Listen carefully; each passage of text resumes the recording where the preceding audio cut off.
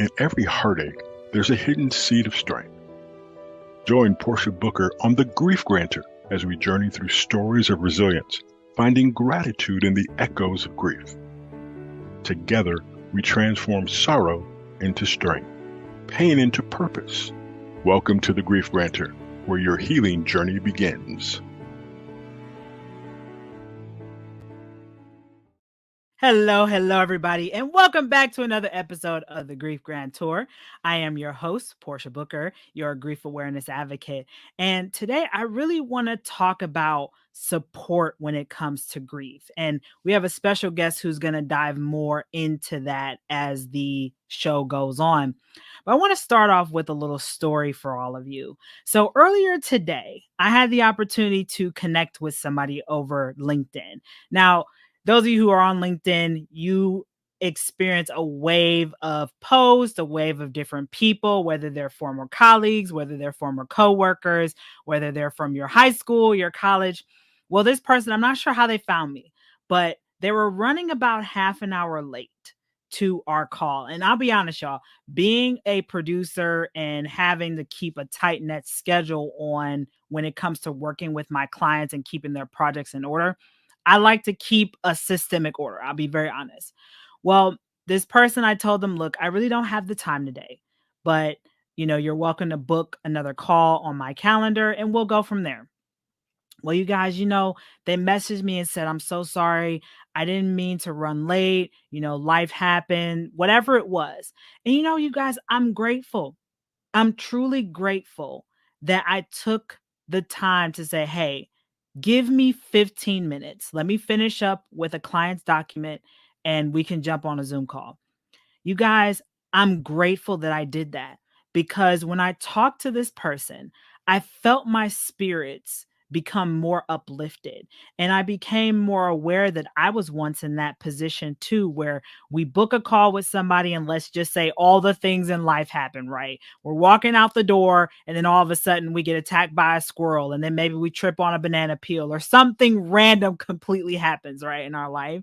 And I'm glad that I was able to show this person grace and they were open and receptive. Because one of the things that they said to me was during seasons of grief or when people are really struggling with their mental well-being, there tends to be a lack of duty. And what I mean by a lack of duty and what we talked about was our vocation, our calling, our purpose. Because each and every one of us has gone through some type of painful, tragic obstacle that some of us feel we're crippled by. Some of us feel that we're very ashamed of it, that we can't share it with the masses or share it with the world. But I'm here to tell you that your story is not for you. Your story is to help somebody else to stop their dreams, goals, and aspirations from making the cemetery wealthier. And so the other thing that I took away from my conversation with this person, which I'm excited to have them on the show at some point, I literally told them, I said, I have to have you on the show. Like your journey literally fits the mold for my show of learning how to embrace gratitude and evolve our grief. Because when they said to me about converting our pain into purpose, that's really what I've done with my grief journey of learning how to embrace my grief, learning how to really ask my grief, what does my grief want from me today? Right. And using that pain of my mother's transition, my father, one of my very good coaches who I consider like an aunt who transitioned earlier this year. Shout out to Gail Flowers. Thank you so much. I've been able to take those journeys, those pathways, those painful moments, and I've been able to cultivate it into more conversations centered around grief. So I wanted to share that story with all of you today to number one, remember that each and every one of us can give somebody our time, right? I think when we're in seasons of grief, sometimes we feel as though we don't have the time or the energy to give. But what I was reminded of today is the extra mile is never crowded, and that also there's always more time for things that we truly love, and that people always need some type of assistance from us. So, on that note, I'm going to take a quick break right here on the Grief Grantor. And when we come back, we have a very, very special guest who's going to focus on the topic of support when it comes to grief and going on our grief journey. So we will be right back.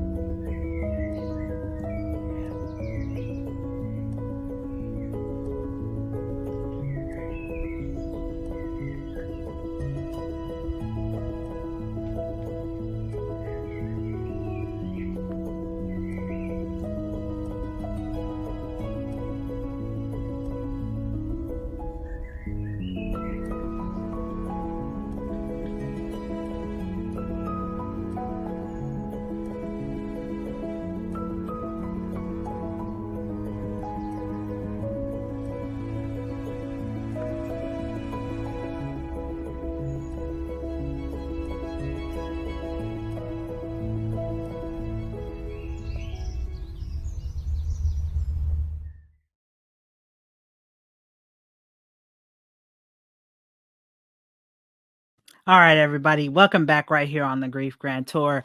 And before we took a break, I really talked about the importance of support and also learning to give other people grace as we go through our own grief journeys. So, before I bring our guest on for today, I want to give kind of a little background on our guest before she comes to the stage. First and foremost, she had the opportunity to go through a grief certification program by the David Kessler. And those of you who are familiar with David Kessler, he is what I call kind of like the pioneer when it comes to grief and working with Elizabeth Kubler-Ross on the 5 stages of grief. And this individual has experienced her own grief journey and has converted the pain of loss into a purpose for the masses. So without further delay, I'm going to welcome to the stage Miss Maria Belanic. Maria, how you doing? So thankful to be here, Portia. I loved your introduction and I loved the story that you just shared. That was so heartfelt. I could feel it. I was getting goosebumps.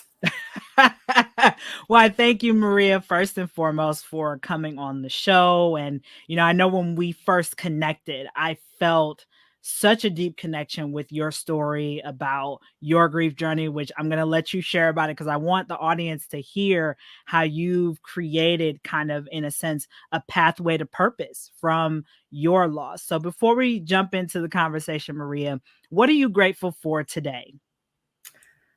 I'm always grateful for the day that I get up and to be the age that I am. It sounds like the most silliest things. And I know our society is so frightened of aging. And yet sometimes we forget how fortunate and grateful that we are that we get to wake up and have another opportunity to have the wonders of life because there are so many. I mean, you and I both know there are people in our own families who didn't make it to a certain age.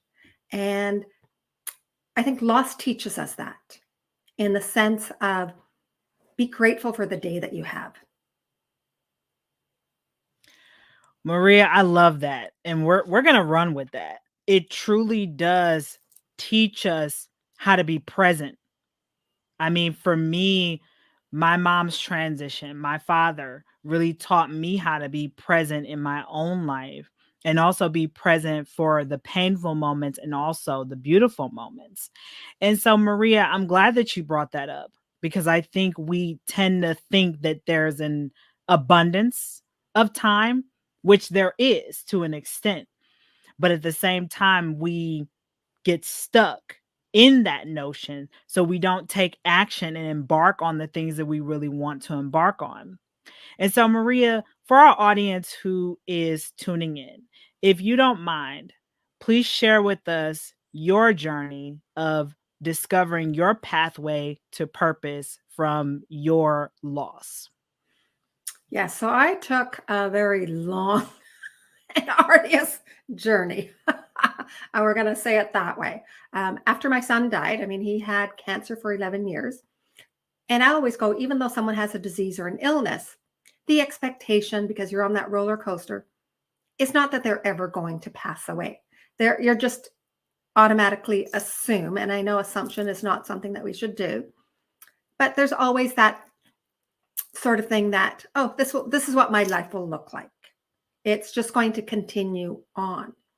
And I know when my son passed away, it still was a shock to my system.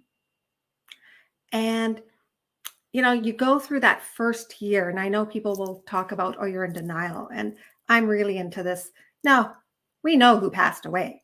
The only thing is that we're looking constantly over our shoulders going, when is this nightmare going to end? When am I going to wake up? Because this is definitely a bad dream, because this, of course, could not be happening.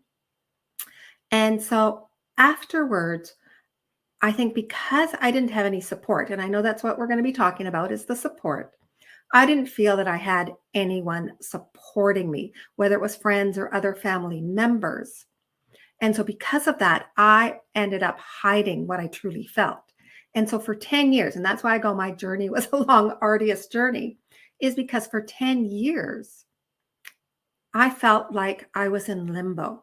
Like if someone were to tell me what happened in those 10 years, I have no idea. It's like when you're driving and you get into your car and you have to go to your destination, and you've done it so many times maybe, but you don't even realize how the heck you got there. Like everything in between is a blur. And that's what I felt. I felt that in 10 years, I actually lost.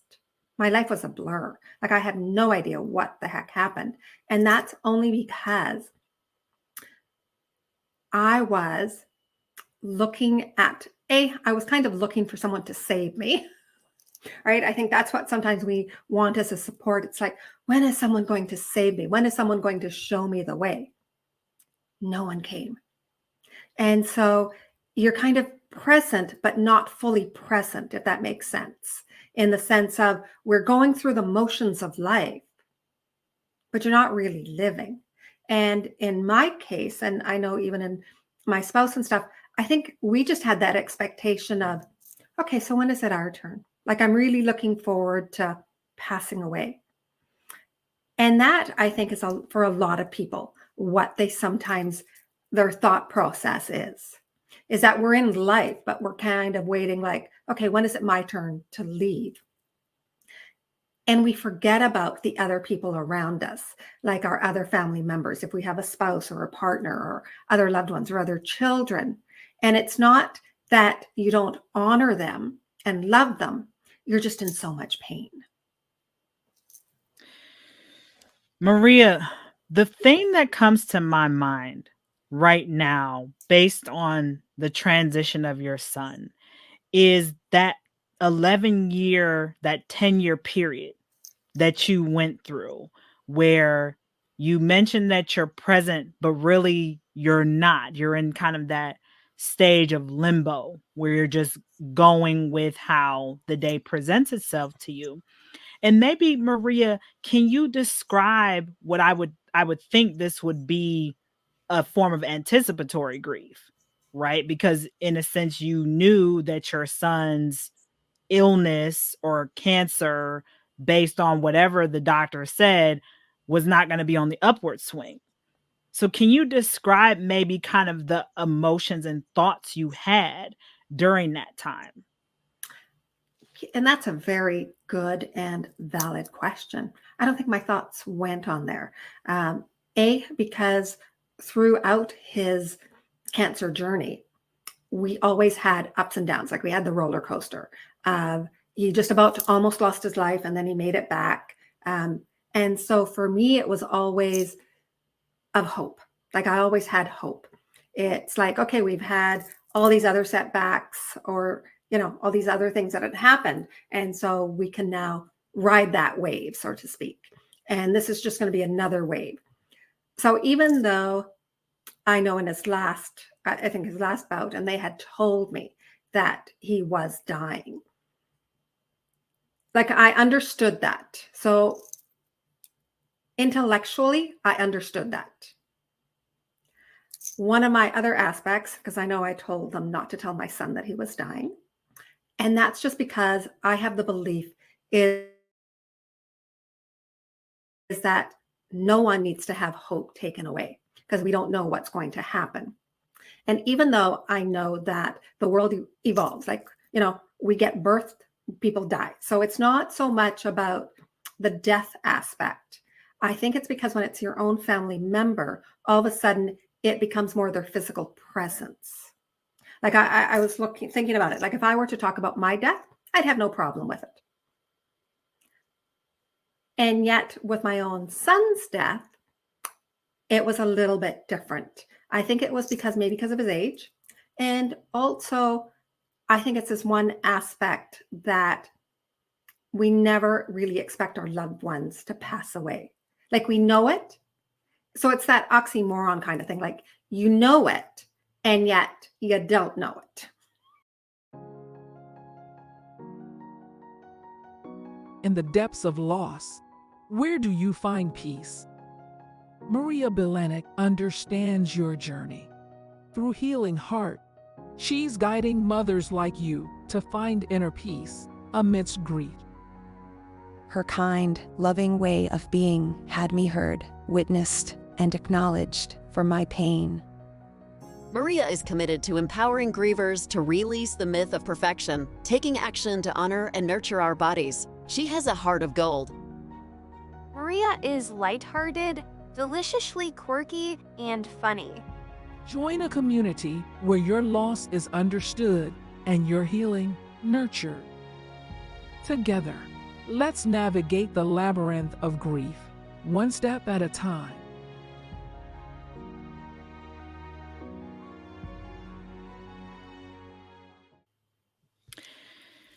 Yeah, Maria, and considering your son was young, right? How old was your son when he transitioned? He was 27. Yeah, and I'll be 32 next month. So that's very close Very to close. my age. Mhm. And, Maria, when I think about what you just mentioned, as far as your son's journey, right, of keeping that hope alive, right? I'm curious how, maybe gauge or tell us how difficult that might have been to never tell him that he was transitioning. Do you think that in a sense helped him to stay a little longer? What's your thoughts on that? I think it did, because when the doctors told me that he was dying, they had actually given him 48 hours max. And I also knew that if they had told him, as they wanted, that he was dying and he'd only have 48 hours to live, he would have passed away right then and there, because I already knew what my son's mindset was. So if he didn't know, to me it was like, so he actually lived for another 3 months.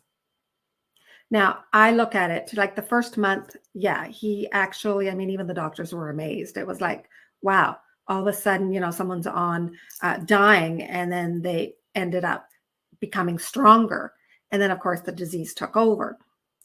But I also look at, yes, I didn't have that conversation with my son because I thought, why burden him on something that is inevitable? Like, it's not going to change. Him knowing it is not going to change the outcome. And so for me, it was more about, how do I make his time that he had more enjoyable? What could he do that he could focus on that wasn't about, in the back of his mind, well, I'm going to die anyways.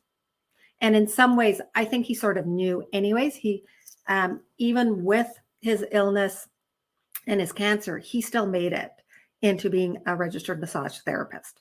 So he knew the parts of the body. He knew what things were going. And I don't think, and some people kind of go, well, you were in denial, you were ignorant. Really, it's not. I kind of look at, we all know that we're going to die. That's sort of the universal aspect. I think they always go, we know that it's taxes and death, right? Those are a given. Like that's, if they were to say winning the lottery is a given, I think we'd all be jumping up. But it's not. We all know that taxes and death is universal. And so to me, it was kind of like, why tell someone that they're dying? It's not that, and I understand the legality of it in the sense of, even the times that I spoke with the doctors, they were more about the legality. Sometimes the families themselves don't want to see it. And when I had conversations, they just looked at me and they went, no, you grasp it. It's not like you don't know. You just don't want him to know because you don't want to take whatever time he has left in that joy, right? Like I wanted him to spend it, whether it's with his friends or with his girlfriend or whoever, that would actually bring him some joy. And that's really what it was all about. Maria, I'm glad that you made that decision, that you really stood your ground with, them to say, hey, don't let him know that he's transitioning in this way.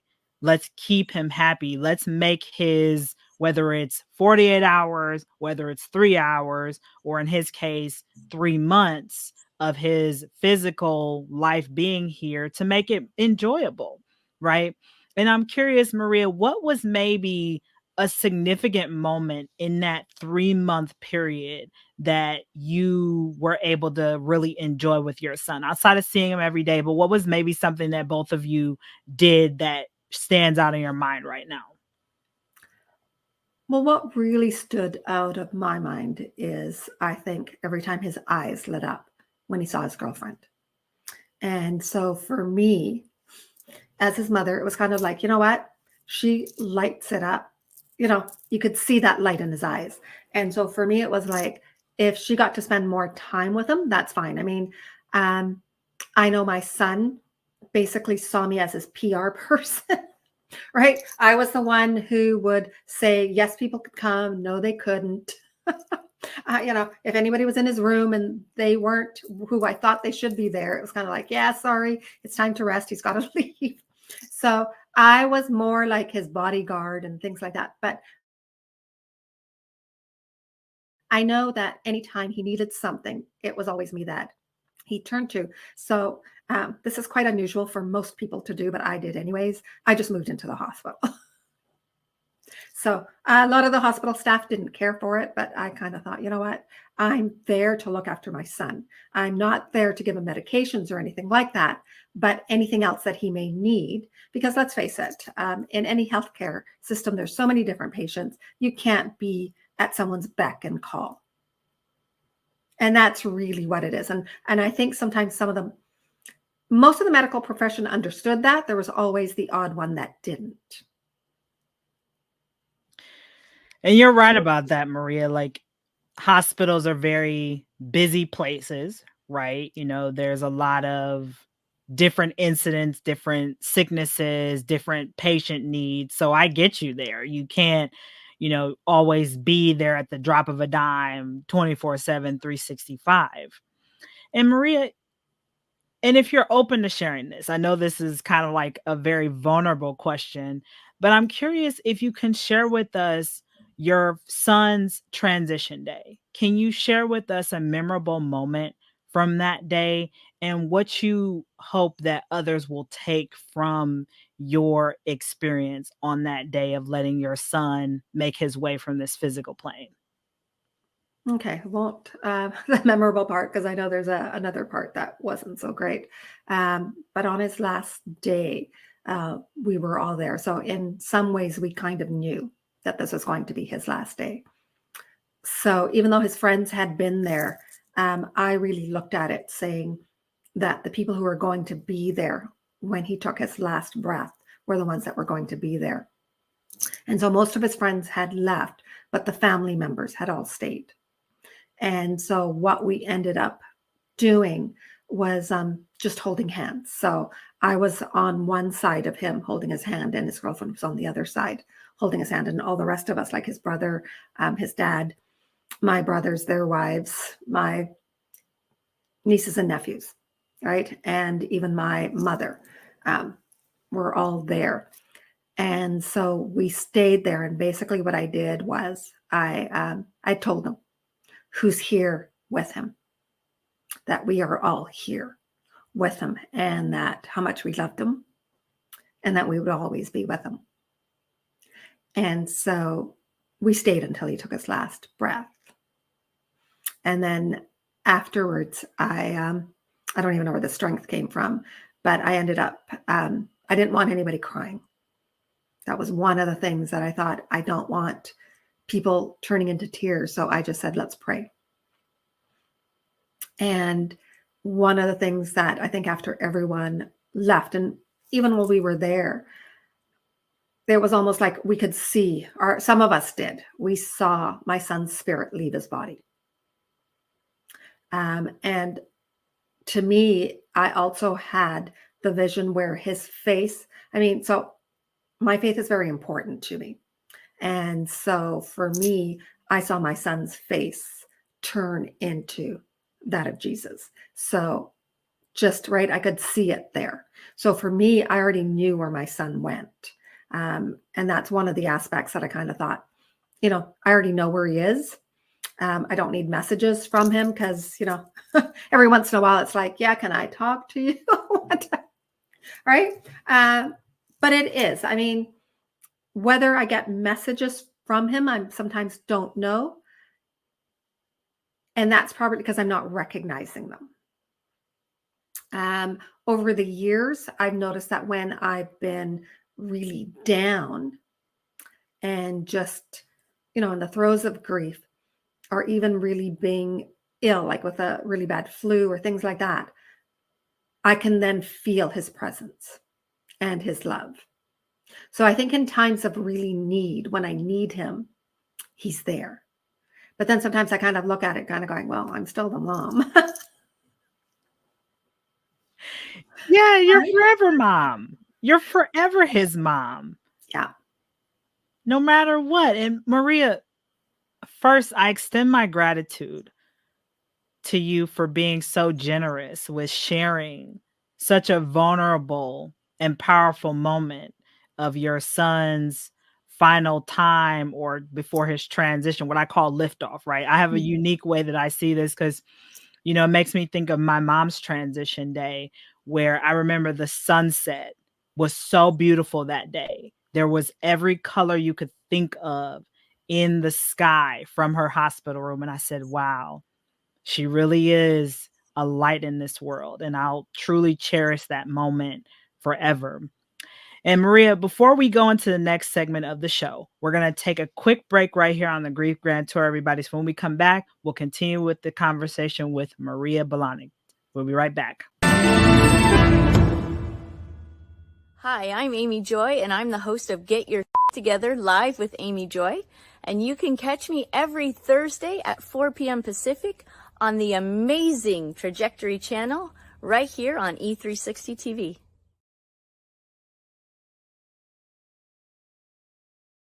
All right, everybody. Welcome back right here on the Grief Grantor. Before we took a break, we were having a deep discussion and allowing Maria to share her journey of her son's transition day. And again, I extend my gratitude, Maria, to you for being so generous with sharing that story, because I know it's very vulnerable. It's not something that we all are able to do in no matter how much time has went by, whether it's 5 years, whether it's 10 years. For me, it's only been a year for my mom and a few months for my father. So I definitely appreciate you sharing that. Maria, before we dive into the next part of the conversation, if our audience wants to connect with you and learn more about you, is there a website or social media handle they can connect with you at? Yes. So my website is mariabelanic.com. Like yourself, I am passionate about changing how we talk about grief. And so, my IG handle is, of course, at Maria Belanic Mentor. Excellent. So those of you who want to connect with Maria and learn more about her journey, you can definitely reach out to her on her website or social media.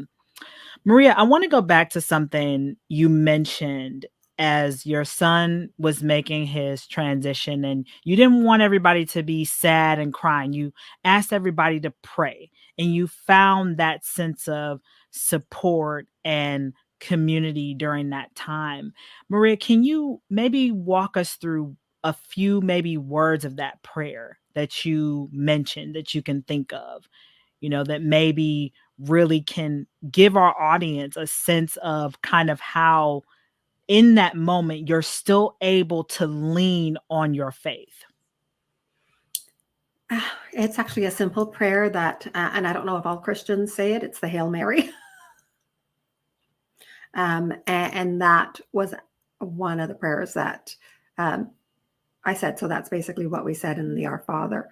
Most of the time, even with my son, it was basically like I would always tell him, if I couldn't be there physically beside him, then he would always have Mother Mary and Jesus and God be like the Holy Trinity around him.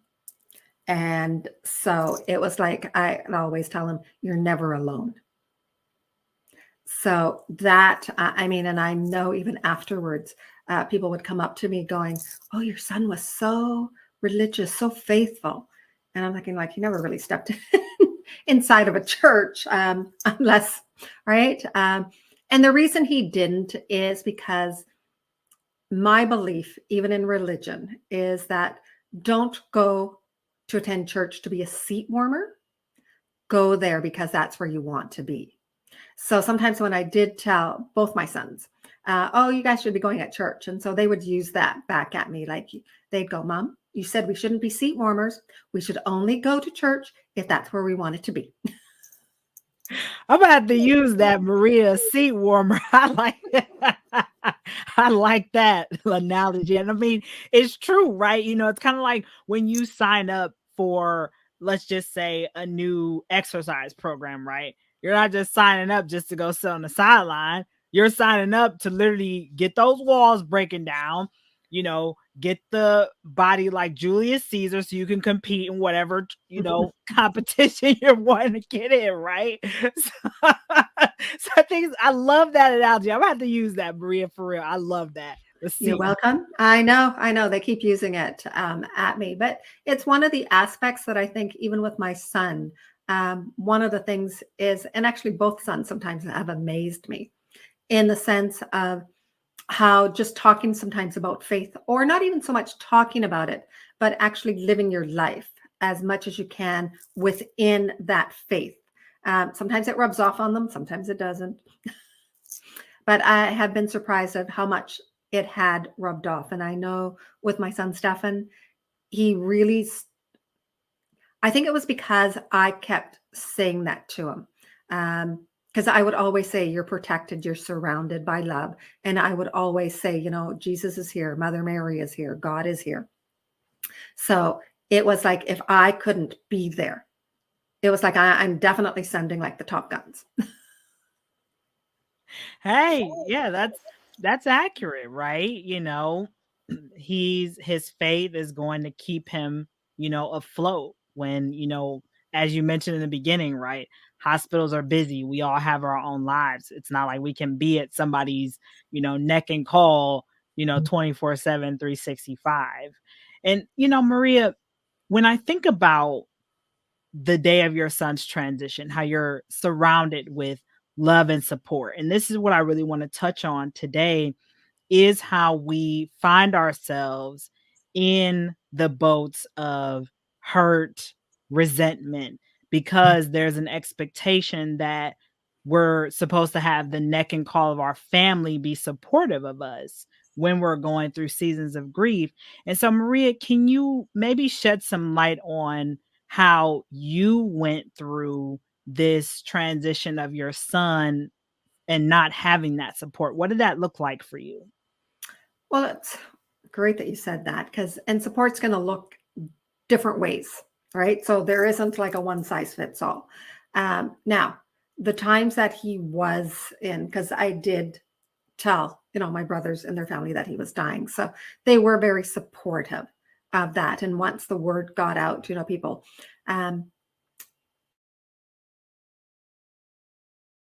quite supportive maybe until after the funeral. And I think that's one of the aspects sometimes, is that people are supportive up until the funeral, right? They're bringing you food and things like that. And sometimes I'm thinking, before that, you don't really need anything. Yes, it's kind of great to have food, but sometimes you don't even want to eat. You know, you can go with just your body is sort of just handling things. And it's afterwards, it's after that funeral, it's after those months that at times, then the support starts waning, starts like weaning off sort of thing, right? And then you hit the 1 year mark and all of a sudden people start thinking, well, it's already been a year. Like, come on, how come you're still like this? And then the longer, and that 1 year, I think at times is more, not so much you're in shock, like your whole body is still in shock. You're not really absorbing things. And it's sort of like the year 2 and year 3 that all of a sudden it's kind of like they're gone, like they're gone forever, right? Like it just hits you. And then I found that people just were giving more the cliches and the platitudes. It was almost like, oh, well, you have another one, you know, almost like, yeah, sorry, it's not a piece of furniture that I broke a chair and now I have one more, like, doesn't really matter. And I just slowly saw that they weren't. And at times, I think even people who were my friends or thought of were my friends, if I was in a situation where sometimes we put on this mask, we're in a situation that we're uncomfortable with, and so we plaster a smiley face, we put on this mask, but inside we're just falling apart. And sometimes we can hold on to that for an hour, maybe two, but then afterwards, we're kind of like, that's it.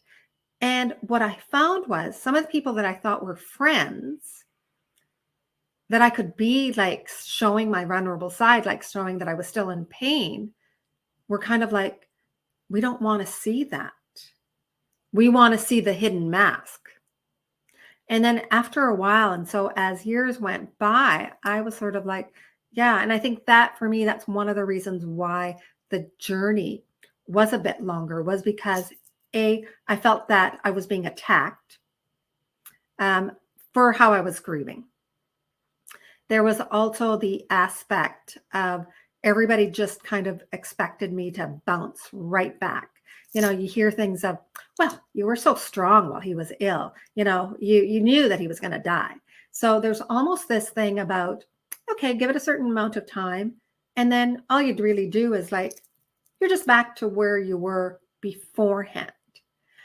And what I've noticed, and I'm sure it's from all of us, when it doesn't affect us personally, there's that, because our lives are the same. They haven't changed. So we don't see the difference. For someone who has experienced loss, their life has been turned upside down. And I always go, it's like looking out the window and you're wondering, why is everybody going about their business? Like, don't they know what happened to you? And I look at it thinking, you know what? That happens around the world. There's so many different things that are happening that doesn't affect us. And so for us, our worlds go the same. And yet for someone whose life has been affected by trauma, they're wanting someone to not so much maybe understand, but at least allow them to show their feelings. Allow them to say, I am hurting. Yes, sometimes at the beginning, we're looking for like, take this hurt away. Like, what can you do? And I know that's probably something that I was doing too, in the sense of when I said I was looking for a life jacket or a life preserver, like someone to throw me that line. It's like being out in the ocean and, you just fell off a big ship and you're waiting for somebody to throw that by you or the big line or something to come out and save you. And no one has seen that you are overboard. No one knows that you're even missing. And that is sometimes, I think, what happens in grief. People see you, but they don't realize that you're hurting. They just kind of like, oh yeah, her loved one passed away. It's okay. They'll get over it. They'll get back to. And then when you don't, then you get people going, wow, you're stuck. Like, you're not even over it. Like, I think something's wrong with you. I mean, they may not say something's wrong with you, but that's what their words sometimes come across as. And I know even for myself, that's what I thought. Like, it's like, oh, okay, so what's wrong with me? So then, you start doing the self-help sort of aspect of going, okay, I got to fix myself. And I think that's where a lot of grievers, we get, and that's where I'm going to use the word stuck. We get stuck in wanting to fix ourselves when there's nothing to fix because we're not broken. We feel broken. There's a difference of saying, I feel broken. I feel shattered in tiny pieces. I mean, sometimes I used to use the word shattered. And there's a Japanese art, I think kitsutsu, where the vase is broken or a piece of pottery is broken and they put it back together and then they put gold where the cracks were. It's to show that, yes, it's whole, but yet it's gone through an experience that has made a change to it. And I think that's what we are like in grief, where yes, there's the resilience And I don't even like using the word strength, because sometimes I'm thinking we don't really have any choice. Right? It's the same thing with courage. I mean, I don't know how many times people would say, oh, you're so strong, you're so courageous. Well, I don't really have a choice. Like, it's like saying, okay, A or B. Well, of course, I wouldn't pick the path that I was walking on. I'd pick a different path, but we're not given that choice. And so then we have to look at, what are we doing? And so we build up resilience. We build up that, and that's where the path, where then I think we have to make a decision of what we're going to be doing. Whether, like, are we going to be moving forward, or are we going to stay in the hurt? And there's a difference of saying staying in the hurt and moving forward. I know even for me, and even though I have my program and it says healing heart, for the longest time, I disliked the word healing. And that, because to me, it almost meant, when you hurt yourself and then you heal, and then it's almost like, well, we forget about it.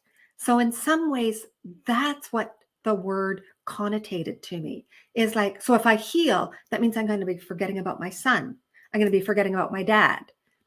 And so then you sort of like bring in that resistance. I'm like, no, I'm not going to heal. I'm going to stay.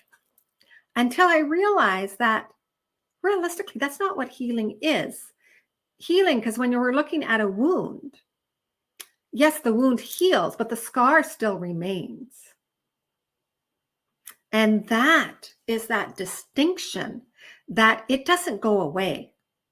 We'll always remember it. We'll always have it as part of our lives, as part of our hearts. It doesn't mean that we can't move forward. So it's not so much about getting over it or moving on. It's moving forward in life, because life does evolve. I mean, when we think about even us as babies, we evolve to where we are now. And so life keeps evolving. It's just a matter of, what are we going to be doing in, like, are we evolving with it? Or are we going to have that resistance band and kind of go, like kicking and screaming, like, no, I don't want to go. So, and that's a decision that each person has to make. And so there's no right or wrong. And I think that's where sometimes we do a disservice to grievers.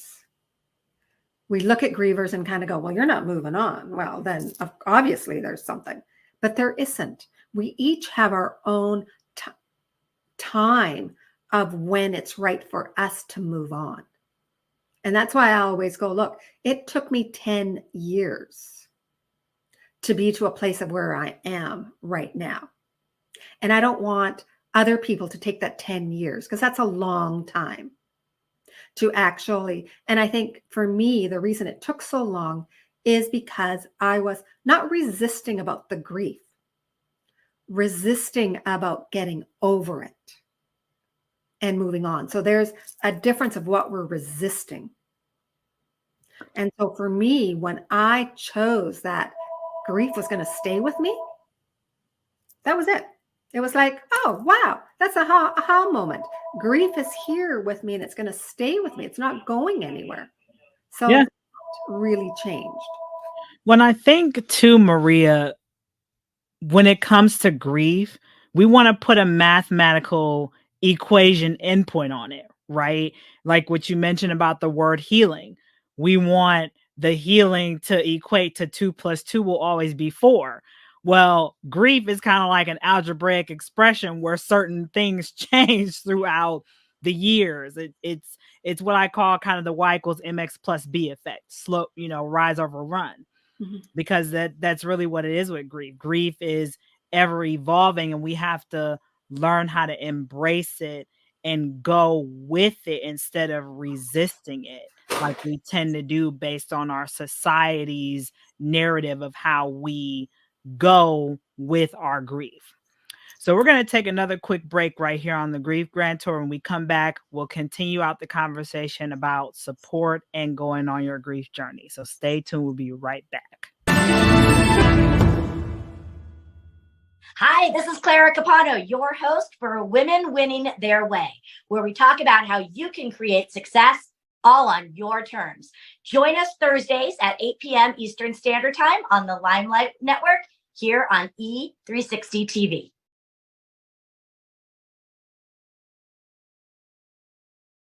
All right, everybody, welcome back right here on the Grief Grantor. We are joined by Maria Belanic, and we were just having a great conversation about, number one, how support looks when we are embarking on our own grief journey. Number two, the importance and reminder of choice in these situations, right? How do we choose to either embrace our grief or evade it? And also number three, that each person's journey is going to look different. No two are linear, and being open to how that will look in your own life. Maria, I want to ask you this. When it comes to support, especially for you during the 10 years that you went on your grief journey until you kind of found your path, right? Found some footing, found some ground, found some traction. Maria, what did it take for you to, in a sense, forgive not just yourself, but also the individuals who you expected to be that support net that you wanted, whether it was family, friends? What did that look like for you? And for our audience, how can they learn to forgive individuals in their lives as they embark on their own grief journey? Oh, and that is like $1 million question, right? Whoever gets that one right. Yeah. And again, that is going to be so individual. I think it takes time because when we're hurting, we don't understand that the other people aren't being malicious, hopefully. And it may be with good intention. It's just their good intention doesn't land. And realizing that they don't really know and they're uncomfortable. I think society as a whole is very uncomfortable with emotions that aren't to deal with sort of happiness. I mean, I always go, our society is so engrossed with the pursuit of happiness, not realizing that no one can be happy 24/7. And it's a false premise to say we're all going to be this happy person, because whether we have grief or not, life is made up of different emotions. And so I afterwards had to look at going, you know what? These were my needs. And they probably didn't know how to deal with it. There was a lot of things. And then there's the dynamics, I think, sometimes of siblings. Doesn't matter how old you are, there's still the dynamics of siblings and their spouses and things like that. And I think sometimes there was an expectation, even on my part, of what I thought my friends should be. Now, I kind of went, I sort of cut people off. If you weren't supporting me after, like year 5, it was like, hasta la vista. I just didn't want you in my life. And that is something that people have to choose from. It's not for everyone. I had to look at, is this someone that I really want in my life or not?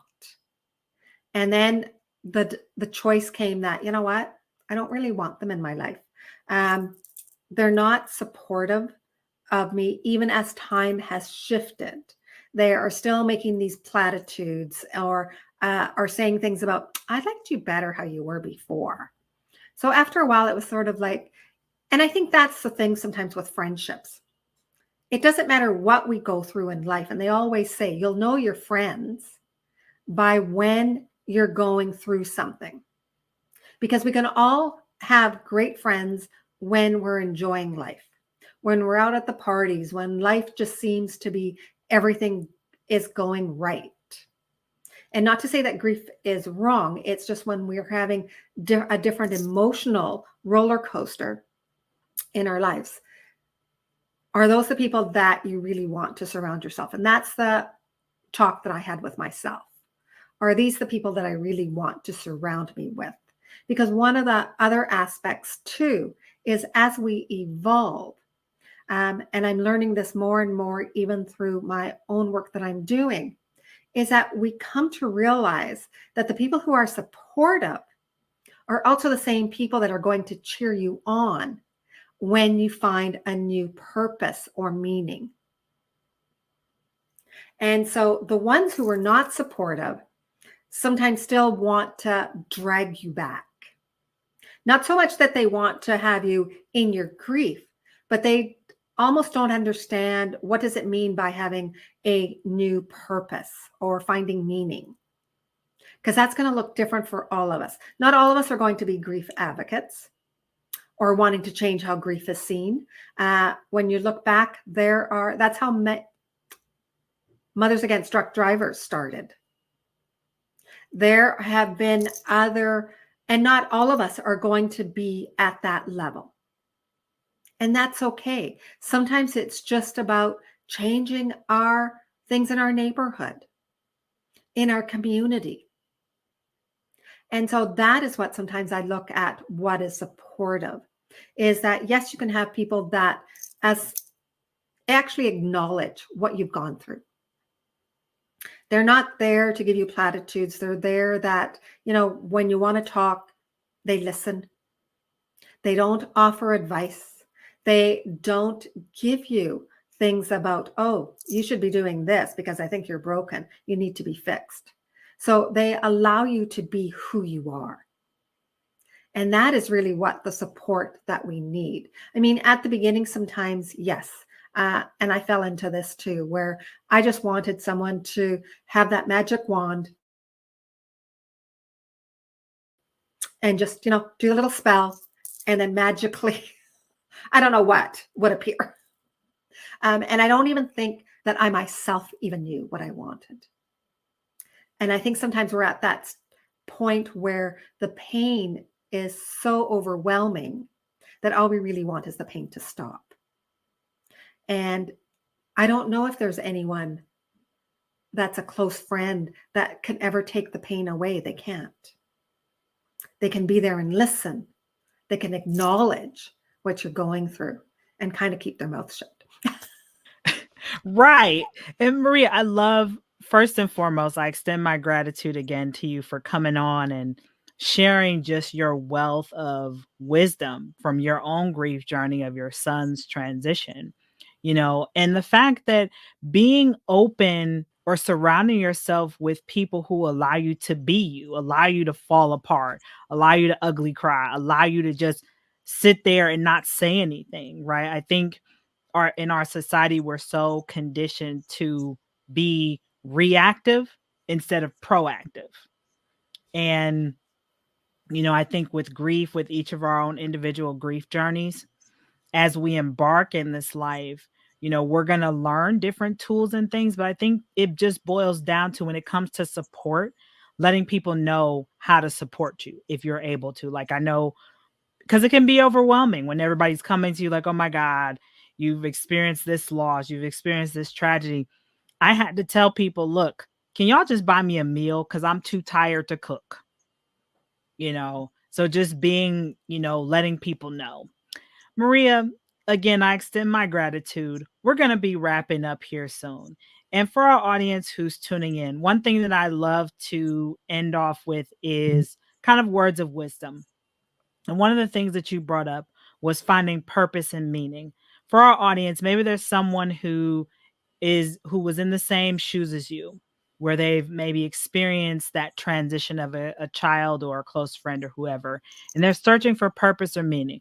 What tips can you leave with them today to find that purpose in their pain? It's really about what speaks to you. One of the aspects, even with my purpose, I never in my dreams had thought that I would be a grief advocate or bringing awareness to grief. That was further from anything that I ever thought of. And sometimes it just comes to you. So be open to what comes to you and either accept it or reject it. The choice again is yours. But it really just comes. So it's not sometimes For some people, it gets driven by an injustice that they see, even in grief, of how they're being treated, and depending on how someone has passed away. And that's really what it is. It has to speak to the person's heart. Because when it comes from the heart, then you know that is where you're supposed to be.